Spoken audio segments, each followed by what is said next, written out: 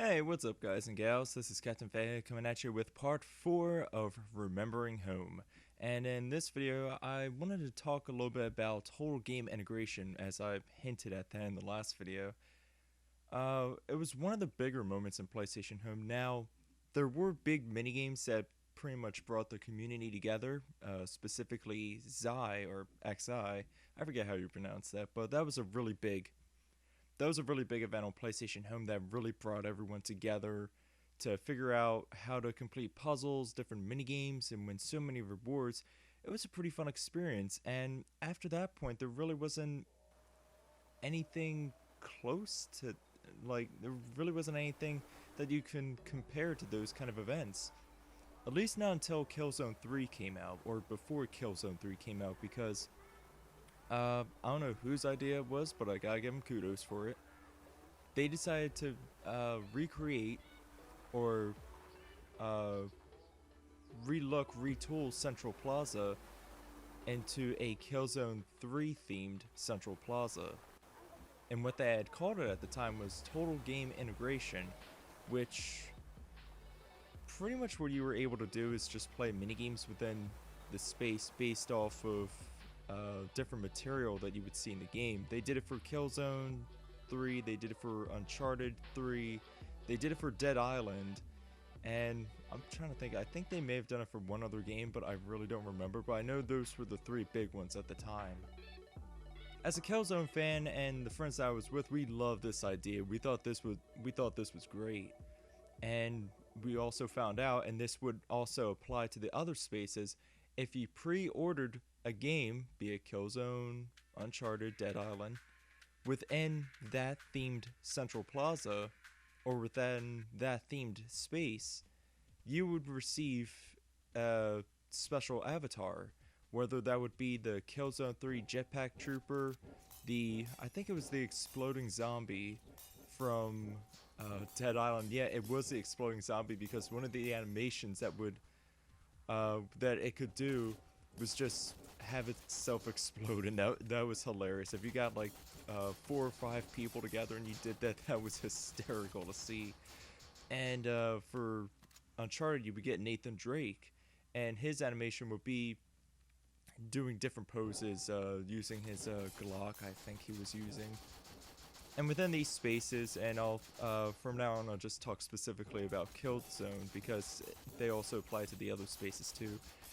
Within the Killzone Central Plaza, the Total Game Integration version of it, there were different activities you can do, and you would have to keep coming back daily or weekly to pretty much obtain these new rewards, to unlock these new perks that you could use for the minigames within those spaces. So say within the Killzone Central Plaza, you will be able to get up to a certain wave, I think it was like wave 3 or 4 or something of that, and unlock different endgame items for that minigame, but also items for your avatar, and that was the ISA Trooper, or the ISA Medic, I think it was.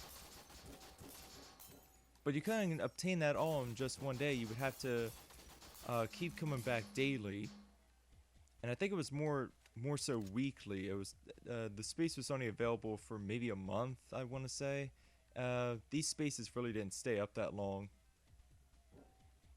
with the exception of the Uncharted 3 space, which it really wasn't a central plaza, but it was an entire space dedicated to the Uncharted 3 minigame, which was also pretty fun. That was probably one of the better minigames on PlayStation Home from the different spaces that came out featuring total game integration. Now remember, in all the spaces, I did pre-order through all the spaces to buy the games and also get the exclusive avatar. I didn't buy the games exclusively for the avatar. I did want to get the games, and the avatars were just a bonus. Honestly, honestly, out of the three, I would probably say the Jetpack Trooper was my favorite, just because out of all the games, I was more of a Killzone fan, and the things that you could do with the Jetpack Trooper, if you had a big group of people together, it was awesome to look at. And then sadly, after some of these or more specifically the Killzone and Dead Island spaces, after the games that came out for these spaces, they only stayed out for perhaps another week, and then they got taken down. And that left a lot of people saddened by it. I kind of thought that sucked, because some of these spaces were so detailed. Yeah, you want to get the normal Central Plaza back up, which totally understandable, you want to have that. But the fact that they couldn't make those into separate spaces themselves was something that a lot of people questioned, and eventually they did come around and do that. Eventually, the good people of PlayStation Home re-released these spaces. I'm not too sure if they did the Dead Island. I think they did, but I don't remember. But I specifically remember the Killzone Central Plaza, and many people were very thankful of that. You could still get the rewards within the space, but of course you won't be able to pre-order the game to get the exclusive avatar. I also like the Killzone themed Central Plaza because that was one of the first locations that I reviewed on PlayStation Home, so I kind of had a little...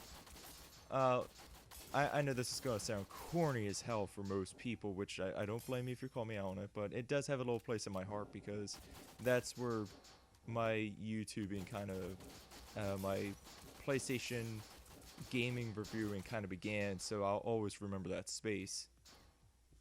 And come to think of it, it's kind of a shame that they didn't create more of these total game integration types of spaces, because yes, there were a lot... Oh wait, now I remember one of the other ones. It was Street Fighter 4 or Street Fighter Tekken.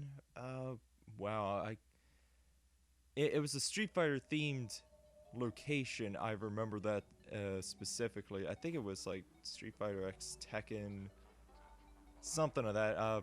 People who remember are gonna yell at me for that. I don't blame you. But that was more so of a, it wasn't really a Central Plaza themed space. It was the hub. It wasn't great. It looked good, but you only had like a really small area to actually do anything in, and the only thing you could do was, of course, pre-order the new game. But also there was a mini game in there where you could fight either AI characters or you could fight other people in the space. And that part was pretty cool. You know, you actually had contact between other players in the space, and that was also something you really didn't see. Every other type of total integration game, you could only play against the AI. But this time you can actually, you know, punch and kick people, which was pretty fun. There wasn't... You could actually use whatever costume you had on, so some of the combinations looked really weird. You know, if you had a One Piece costume, or if you're one of those people on PlayStation had the goofiest looking costumes, it was pretty entertaining to see. Even if you didn't win, it was still just entertaining. So before I end the video, two things. One, the next video, which I will feature, is... You know, honestly, I don't even know, so... I guess it's just going to be a surprise. I really don't know what to talk about next. Well, I do know, but I don't know the order that I want to do it in. So I may mix up some things. Some things I'll talk about that happen like later in the future. Some things I'll talk about that happen prior to those things. So I could talk about some prior to Total Game Integration. I could talk about some that happened in 2010 as opposed to 2014. I don't know. It should be fun though.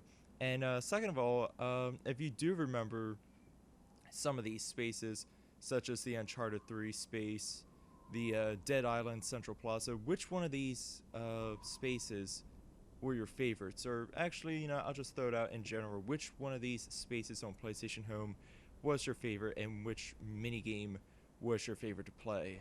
So I think I'll leave it at that. I do hope you enjoyed, and I'll see you all next time. Peace.